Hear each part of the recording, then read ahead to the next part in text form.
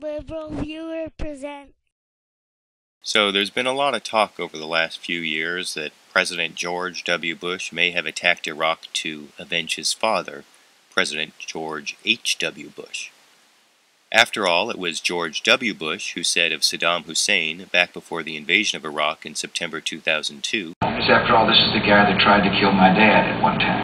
Still, it was interesting this weekend to see New Mexico Governor Bill Richardson, a possible Democratic candidate for president in 2008, engage in this exchange on HBO's Real Time with Bill Maher. Let me ask you about our leader a little bit. I know you've said in the past that you thought we went into Iraq because the president was out to avenge his father, which is a pretty serious accusation to say that we went to war because of one man's personal reasons. Well, I think at the time when the president came in, there was huge pressure on him by the neoconservatives, by Vice President Cheney, and I think it was part of his decision. I think there was a perception that the job with Saddam Hussein hadn't been completed, and so I think the president is very proud of his father, the president who was defeated, and I think there was some.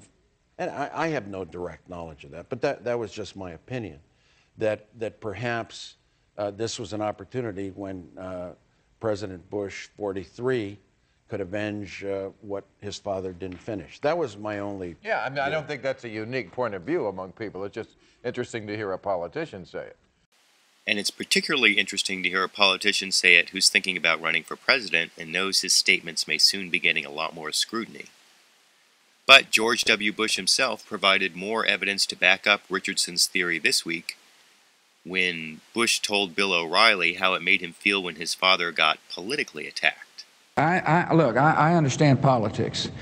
Remember, I'm a man who watched a guy I love dearly go through the same thing I'm going through, and that's my dad. And it's much harder when you see somebody you love being criticized than when you yourself are criticized. I did get angry about it, and you know. But when it's you don't get that angry? No, not really, not really. Really? You don't take it personally? No, I don't.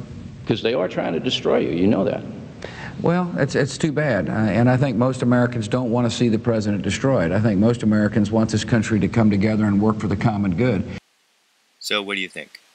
Was the common good really served by our invasion of Iraq?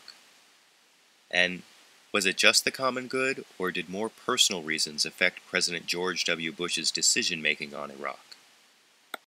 YouTube, you decide.